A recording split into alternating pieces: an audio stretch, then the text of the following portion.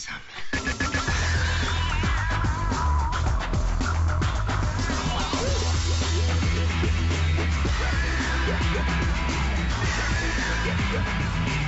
Bon, en plus, on a une introduction chatoyante. On a un musical. C'est un musical. Hein, et il va falloir assurer les cacahuètes. Yeah, that's what I'm talking about, man. Ah ouais. Let's go. Make my day. Bonjour. Bienvenue dans cette première OP frisson de la rentrée, ça fait plaisir, qui aurait pu être une spéciale.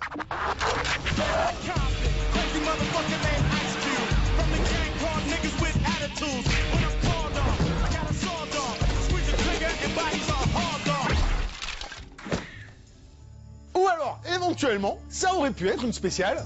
This is the end, beautiful friend. Mais en fait, je préfère que ça soit une spéciale. Imagine all the people living for today. Bah, c'est le plus dur. Dans toute la chanson, c'est le plus dur. Le youhou. That ain't it. You motherfucker. Eh ouais, mes braves, on cette rentrée où comme d'hab, tout va mal, où on vous dit que tout va mal, que c'est inéluctable que ça aille mal, voire qu'il faut que ça aille mal, même quand ça va pas trop mal, je me suis dit, à l'instar de tous les rêveurs qui se battent contre un monde de cynisme ou de résignation, que j'en avais ras les roubignoles. I get things are bad, but what are we doing to fix it? Have a good weekend, everybody. Ça tombe bien, le mysticisme New Age, voire quantique, revient à la mode dans les fictions qui nous intéressent, et malgré son inconsistance scientifique, a le mérite de redonner le sourire et un tout petit peu d'espoir. You got to accentuate the positive. Eh ouais, les meilleurs feel-good movies, comme on dit aujourd'hui, ne sont pas ceux qui alignent les blagues de maternelle ou ceux qui nous rassurent par procuration de ne pas devenir pote avec un handicapé, de ne pas partager sa raclette avec un migrant ou de ne pas manifester pour les sans-papiers. Just try to be a little more upbeat. Upbeat. Yeah, tell them what you I like. can't tell them anything if you keep interrupting me. You're right, sorry. As I was saying. Ce qui importe, ce n'est pas l'ordre imposé par la bien-pensance, mais au contraire, l'appel à ne pas s'y soumettre. C'est quand même marrant qu'aujourd'hui les films qui ont entre guillemets le même discours, parce que Tomorrowland a le même discours que John Carter, qui a fondamentalement les mêmes volontés humanistes que Mad Max, même si c'est pas les mêmes films, pas les mêmes thèmes. Tous leurs films se bitent, quoi. Tout ce qui replace l'individu comme acteur potentiel du changement, systématiquement, ça se ramasse maintenant. C'est-à-dire que les films qui marchent sont les soumissions les plus absolues au système. Thanks so much for your help, but we're going to take it from here. Pour replacer le rêve... Ah oui, nos aspirations, c'était ça.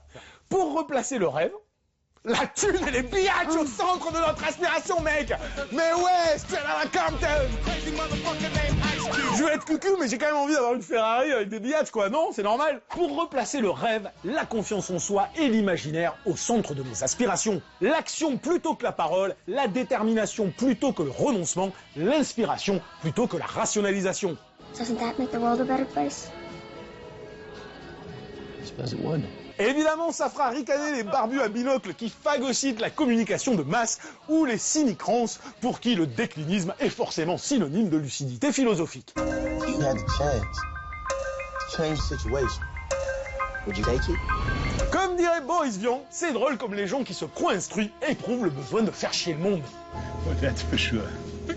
Alors à ces mêmes qui pensent qu'il n'y a que les cons pour être heureux, je répondrai qu'il est urgent de se revendiquer con, mais content. Comme d'habitude, nous allons donc commencer par un film, lui aussi très con et très heureux, et qui correspond parfaitement à ce que je viens de dire. Let me tell you what I see here. A lot of raw talent. People are scared of you guys. They think you're dangerous. But you have a unique voice. The world needs to hear it. All right, let's hit this shit. All right. Ah mes braves, on ne pouvait pas m'offrir plus beau cadeau pour débuter cette nouvelle saison que de condenser en un seul film deux de mes plus grandes passions, le rap West Coast et les péripatéticiennes de la réal, capables de te filmer une mémé qui va aux toilettes avec du flair à gogo, un travelling qui passe sous la cuvette et un ralenti avec de la musique techno quand elle remonte sa culotte. Excuse me, artist? Yeah. Seriously? Yeah, vous l'aurez compris, je parle bien sûr de NWA Straight Outta Compton, biopic sur le fameux groupe de gangsta rap réunissant Eazy, Ice Cube, MC Ren et l'indétrônable Dr. Dre, génie total et absolu dont je ne tolérerai aucune caricature. I got a cold ass beat. That hardcore reality rap. So what you talking about doing? Bon, c'est vrai que c'est pas vraiment un biopic et que c'est pas vraiment NWA, mais dans le genre feel good movie involontaire qui file la banane, ça se pose là. Yo, Dre. What up? I got something to say. Bon, de base, on ne peut pas dire que les rappeurs sont en général des parangons de modestie et d'humilité. On a aussi du mal à saisir pleinement la contestation sociale des débuts, une fois à bord d'une Ferrari remplie de biatchs qui shake leur booty. Alors, quand on vous annonce un biopic sur le groupe le plus dangereux du monde, produit par les deux stars du même groupe et réalisé par une serpillière de l'entertainment black à Hollywood, fallait pas espérer un monument vénère de contre-culture qui prend fait et cause pour les exclus du système. I'll make a few changes. Where you think you going? I'm just trying to get home. That's my son. You need to get back in the house or I will ruin your life. I gotta talk to my moms like that. Du coup, comme je m'attendais évidemment à une hagiographie filmée comme un épisode de Beverly Hills, avec Ice Cube en gros dur au grand cœur et Dr. Dre en abbé Pierre de la musique, je ne pouvais pas être déçu. Et jamais le film, tant en termes narratifs que thématiques, ne déroge à cette hypocrisie savoureuse. Maintenant qu'Ice Cube et Dr. Dre sont de gros bourges blindés de thunes, fallait pas être une lumière pour y sentir une magnifique tentative de déculpabilisation ou d'iconisation intempestive. C'est au choix, une ode abusive à l'aseptisation et un incroyable travestissement de l'histoire à l'aune de leur unique obsession, l'image fantasmatique qu'ils ont d'eux-mêmes et surtout la thune bien sûr. Talking about I get paid? $50. So that makes you rich? It's a start. Damn. C'est le film le plus hypocrite que j'ai vu depuis des années. Parce qu'au moins dans Fast and Furious, on te le dit dès le départ, nous c'est quand même c'est les grosses caisses, les biatchs, à la fin ils sont à Dubaï en costard avec des Ferrari, mais au moins ils sont cash. La NWA c'est genre, on s'est battu dans la rue contre le système et tout ce que tu veux. Et le film il est produit par deux gros bourges assis sur 200 millions qui dit bon alors t'effaces le fait que j'ai tapé des meufs, là tu dis pas que je me suis drogué, tout ça regarde on était super cool, super gentil, on a changé le monde. Your songs, they glamorize the lifestyle of gangs, guns, drugs. Our art is a reflection of our reality. What you see when you go outside your door? I know what I see. And it ain't glamorous. Ce qui se traduit par un récit dit chronologique, incapable de gérer correctement sa temporalité, n'essayant jamais de traduire l'ampleur progressive d'un phénomène culturel et social et son rapport aux individus concernés, pour se focaliser sur du linge sale, en l'occurrence la thune, sans penser une seconde que cette obsession qui leur est propre, et à travers laquelle ils conditionnent leur identité, pour ne pas dire leur mégalomanie, finit par révéler leur vacuité et contredire l'intention initiale du film. They want NWA? Let's give them NWA. Pourquoi ils ont eu un impact dans cette société? De quelle manière ça a pris une ampleur? Qu'est-ce que ça a produit? Ça, c'est en toile de fond. Parce que tout le film gravite autour du seul problème qu'ils ont eu à l'époque, problème de thunes. Et ça ne tourne qu'autour de ça. Ce n'est que des problématiques d'entre-soi. You know, everybody can't do what you do. Really what I do getting played out, Dre. Where the money at? Why you gotta be so ruthless, cuz? Un magnifique paradoxe qui, au vu du carton cosmique du film aux USA, aura berné son monde, signant la soumission définitive du rap au système par l'adoubement de ses repentis les plus zélés. Là, les deux cancres qui suivent me disent « Dis donc, ça a pas l'air très feel-good movie, ce film. » Non, il faut que tu dises me diront, parce que ça sera pas joli. Oh, tu vas pas m'emmerder. Elle veut rien dire, la phrase. Il est pas feel-good, ton feel-good movie, et tu me fais chier sur la conjugaison. Non, mais la concordance des temps, c'est important. La concordance des temps, c'est important. Là, les deux cancres qui suivent me diront, dis donc, il a pas l'air si feel good que ça, ton feel good movie. C'est que NWA n'en est pas un paradoxe près. Car si l'on oublie un instant le sujet, ses producteurs et leur inénarrable trahison, il reste une surprise dans ce film. Son réalisateur, F. Gary Gray, à qui l'on doit de somptueux nanars comme Que justice soit faite, qui retrouve étonnamment ce qui avait fait sa force dans l'excellent Friday, un vrai sens du rythme, une direction d'acteur imparable et par instant un sens de la scénographie assez jouissif. Performance of the song F the Police will not be permitted. They try to tell us what the fuck we can't play. This is NWA. Si l'on zappe le groupe en question, NWA devient soudain un film de potes fun, captivant, dynamique de bout en bout, sage, très sage certes, mais touchant, qui à travers un Dr. Dre canonisé, défend la nécessité de croire en soi et en ses rêves, au point de nous donner envie de les voir réussir. Alors NWA est certainement une hagiographie crétine, mais c'est aussi un feel-good movie plutôt galvanisant, con et heureux à la fois donc. Your daughter's bite wound was very severe. Now, we may know a lot about this, except that we can't stop this yet. Say your goodbyes and get her straight to there. I'll send all the necessary paperwork to Vern. He'll follow up and answer any questions you have. Good luck, Mr. Vogel. On continue avec un film pas feel-good du tout, mais qui avait, en tout cas j'imagine, de hautes ambitions poético-auteuristico-humanistes sur la puissance de l'amour face à la mort, de la famille face à l'apocalypse sociale, du cinéma concerné face à ces films de genre débiles qui ne se gargarisent que de violence, d'esbrouf et de bêtises. Pourtant, nous, ce qu'on voyait, c'était un film de Zombla avec Schwarzenegger qui sauve sa fille à coups de shotgun, ce qui promettait une sorte de commando version Goraz des plus jouissifs. Là, le titre Maggie, digne de ce monument télévisuel avec Rosie Bart, aurait dû nous mettre la puce à l'oreille. I just wanted to help him. Daddy, I just wanted to help him. I'm sorry. Attention, challenge. Comment surfer sur un genre à la mode, parce qu'il faut bien trouver de la thune, tout en cherchant à le déconstruire pour tenter de le rendre plus intelligent que la perception qu'on en a, tout en balançant le minimum syndical pour essayer éventuellement de ne pas donner l'impression qu'on berne tous ceux qui ont eu les coronesses d'aller le voir. Je n'ai qu'une seule réponse, c'est absolument impossible. I know. I just can't look at it.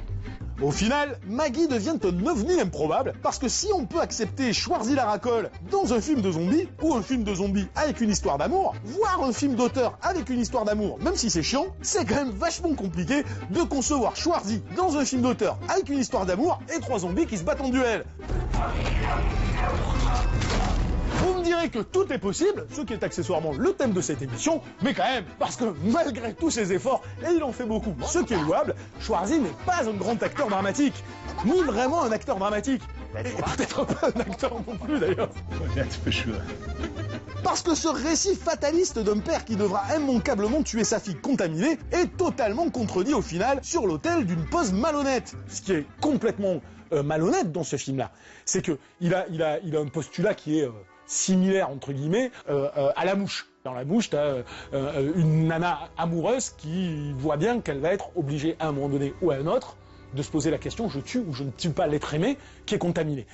C'est la même, c'est Schwarzy, sa fille, tu te dis est-ce qu'il va réussir à la tuer ou est-ce qu'il ne va pas réussir à la tuer? Est-ce que l'être humain est capable de faire ça pour une bonne raison ou de ne pas le faire pour une autre bonne raison? C'est un dilemme ultra classique. Toute la logique de cette construction-là t'amène à ce qu'il y ait un face-à-face au final. Et le mec t'évite ça. La meuf a décidé de plutôt se petit suicider et Schwarzy est en train de dormir. Au seul dilemme qui était potentiellement intéressant dans ton film, tu l'évacues, tu passes à côté. Là tu dis c'est du foutage de gueule. Parce que le réal sacrifie en permanence la consistance de son contexte sur l'autel de ses envies autorisantes, mais surtout parce qu'il appuie par l'image et par l'écrit un contemplatif désenchanté prétendument lourd de sens sur un genre qui est déjà par nature lourd de sens. C'est comme rajouter du miel et de la confiture sur une tarte tropézienne, mais si au moins le miel et la confiture avaient une singularité. J'adore la tarte tropézienne. C'est horrible. Ah ouais, t'as pas ça? C'est une espèce d'éponge coupée en deux avec de la crème. Ouais, mais c'est là que tu vois que t'as bouffé de la merde comme tarte tropézienne. Moi ici, je trouve pas une tarte tropézienne qui est valable. Je vais dans le sud là-bas, une tuerie. Food is delicious. Ici, on a le sentiment qu'Henry Hobson, c'est le nom du réal, empile toutes les conventions les plus normatives du cinoche indépendant contemporain. En l'extérieur, je fais du sous Terrence Malick à coups de balançoire au ralenti, de caméras portées dans les champs face à la lumière qui traverse les arbres, ou de plans interminables sur le désœuvrement du monde, musique mélancolique en sus. Et en intérieur, j'enchaîne des silences autour d'un repas, maman qui craque en faisant la vaisselle, Schwarzy triste en gros plan, version je cadre de côté comme Bergman. Manquez plus qu'il fume une clope en regardant la pluie à travers une vitre pour qu'on gagne le pompon. I'm sorry. It's not your fault. C'est comme le mec qui fait It Follows, il y a des trucs fondamentaux qu'ils n'ont pas compris sur le genre. Ce sont des gens qui ne font pas confiance au code. Le principe de base d'un film de zombies est déjà lourd de sens. C'est déjà fondamentalement philosophique. On en a souvent parlé ici, la question des vivants et des morts et tout ce que ça peut impliquer en termes métaphysiques. C'est par nature ça.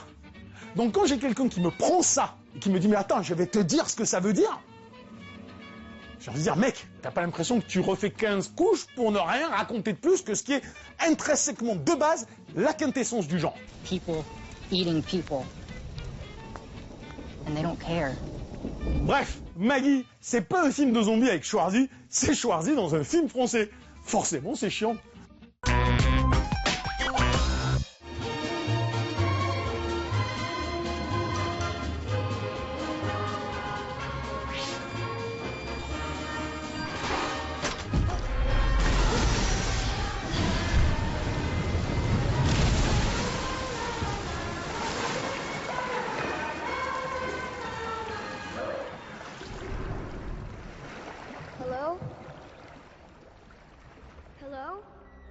Attention, j'ai gardé le meilleur pour la fin, avec un film à mes yeux hallucinant qui clame haut et fort à travers une mise en scène monstrueuse le nécessaire retour au rêve, au voyage, au merveilleux, avec un optimisme si hargneux qu'au sein du bonheur imposé par son studio Disney, il en devient réellement subversif. You're wasting your time. I'm not. Damn contraption. It's not a contraption. It doesn't work. I can make it work. No, you can't. I'm not giving up. Je parle bien sûr de Tomorrowland, dernier chef-d'œuvre en date de Brad Bird et témoignage précieux du combat d'un artiste pour un futur créatif, mais pas n'importe lequel et pas forcément celui fantasmé qu'il met en scène, car le futur, c'est avant tout une idée. Then which way do you want to go? Backwards or forwards? Mais ça, c'est visiblement passé à la trappe, vu l'incompréhensible bide public et critique du film. Visiblement, il suffit de dire Disney, blockbuster, parc d'attractions, effets spéciaux, pour que la machine du prêt-à-penser se mette en marche, enquillant avec la régularité d'un métronome les mêmes vindictes lapidaires, conçus dans le moule d'un jugement péremptoire et autosatisfait, sans même regarder d'un œil attentif. Parce qu'on est cons, nous. Ce qui est important dans le cinoche, c'est pas la mise en scène, c'est le message, la métaphore politique, l'allégorie sociale. Brad Bird, c'est bien quand c'est ratatouille. George Clooney, c'est bien parce que c'est démocrate. Les parcs d'attractions, c'est bien, mais c'est que pour les enfants. Et Walt Disney, c'est pas bien parce que c'est le mal impérialiste. Bon, ça c'est fait, plus besoin de parler du film. Fortunately for all of us, it doesn't really matter now, does it? Et pourtant, il y aurait tant à dire sur la façon dont justement Brad Bird s'amuse de chacune de ses assertions fantasmatiques, construit le monde rêvé de Walt Disney pour mieux en déconstruire l'idée qui le sous-tend, réussit avec une intelligence ludique à casser tous les codes imposés par les productions Disney, non pas par un quelconque esprit de revanche que d'aucuns pourraient imaginer suite au rachat de Pixar, ni comme une provocation vaine de sale gosse qui cracherait dans la soupe, mais pour donner sa vision d'un bonheur, d'un futur, d'un rêve humaniste qui n'est pas celui mercantile, normatif, voire archaïque, distillé par Disney depuis une trentaine d'années.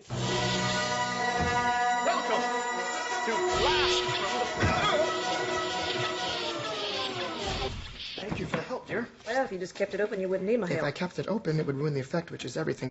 Tout ce que te raconte Tomorrowland, c'est vous voulez atteindre ce fantasme qui n'est qu'un rêve. Cette cité Tomorrowland, que d'ailleurs il construit sur le château de Disney dès le début du film. C'est un mec qui va auto-citer son producteur dans son film pour emmener à déstructurer totalement ce qui est présenté dès le départ. La conclusion est fondamentalement pas du tout ce que te promet le film. C'est-à-dire que cette espèce d'idéal fantasmatique d'une cité qui serait futuriste dans lequel tous les génies créatifs seraient libres d'expérimenter et de construire entre guillemets un monde parfait, c'est quand même détruit au final. You've been manipulated to feel like you're part of something incredible. Like you were special. But you weren't. You're not. Tomorrowland, bien qu'inspiré d'une attraction Disney, assumé et montré à l'écran comme postulat de base ancré dans notre réel, en est le négatif, la version libre, c'est-à-dire celle qui a compris que les rêves sont d'abord des actes de transgression au système, à ses règles, comme à ses convictions. C'est ce qu'il te dit dans le film Disney, c'est trop facile. Le rêve qu'on te vend, il est trop facile. Ce qui est important, c'est ce que chacun dans le monde, à son échelle, pas génie créatif forcément, fait dans le sens d'un non-renoncement face à la dérive du monde et dans une volonté d'apporter sa pierre à l'édifice. C'est très naïf, mais la différence fondamentale, elle est que pour réussir à faire ça, il faut d'abord faire écrouler le système. I only found you a month ago and started wanting to destroy government property. It happens to be one of my search parameters for recruitment. L'acte de transgression définit le parcours de tous les personnages du film, comme tous les choix de mise en scène de Brad Bird. Il y a du John Carter de son comparse Stanton dans cette vision du monde, où l'art, l'imaginaire et le voyage sont la condition du libre arbitre. Il y a aussi du Edgar Wright, clairement, dans l'incroyable compréhension des codes cinématographiques et leurs détournements, comme dans la volonté plus inspirante d'Humeur à oser librement, à se réinventer à chaque film, à chercher sans cesse une idée novatrice, à ne jamais se prendre au sérieux, à rêver qu'on peut toujours mieux faire et y arriver. Il y a des scènes où il y a une idée à la seconde. La scène où t'as Clooney et la nana dans la baraque de Clooney, au moment où les robots viennent les attaquer.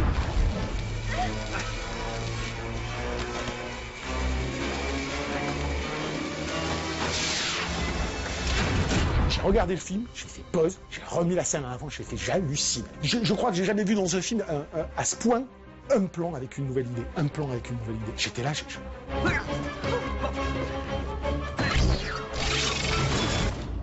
Il y a toujours et surtout ce qui était un impératif dans le processus de création à la grande époque de Pixar, la candeur. Une candeur qui s'oppose à l'impossible, aux règles, aux morales et aux dictats. Une candeur que le monde a perdue et qu'il lui est urgent de retrouver. Pas pour s'oublier ni pour se leurrer, mais parce qu'elle est le socle d'un imaginaire qui est la source de toutes nos créations. So, go out there and find the ones who haven't given up. They're the future. L'homme est un animal cruel peut-être, et on peut même dire que parfois c'est un gros connard, mais c'est aussi un enfant plein de rêves, et il ne tient qu'à chacun de nous d'agir et de ne pas renoncer pour qu'il se réalise. Naïf, mièvre, cucul à praline ricaneront ceux à qui profite ce monde, vital et salutaire, diront les autres. Opération Frisson, la première de la saison, est terminée. Je peux pas dire give me the deals, you punk motherfucker, parce qu'on en a zéro. Je vous rappelle juste que ce mois-ci, bon, il faut absolument, si vous l'avez pas vu, vous procurer Tomorrowland en Blu-ray parce que c'est une bombe absolue. NWA, c'est vraiment du popcorn du samedi soir. Vous pouvez le mater si vous avez envie de vous marrer. Et Maggie, j'ai envie de dire, même par curiosité, c'est quand même un petit peu dangereux. Sur ce, je vous dis rendez-vous le mois prochain pour je ne sais absolument pas quoi. Je ne sais pas de quoi on va parler, mais ce sera forcément. Je vous quitte avec une chanson fondamentale de Serge Lama, Les Petites Femmes de Pigalle. Vous comprendrez. Chaque nuit, je m'en vais voir les petites femmes de Pigalle. Toutes les nuits, j'effeuille les fleurs du mal. Je mets mes mains partout, je suis comme un bambin. Je m'aperçois qu'en amour, je n'y connaissais rien. Je m'en vais voir les petites femmes de Pigalle. J'étais fourmi et je deviens cigale. Et je suis content, je suis content, je suis content, je suis content, je suis cocu mais content.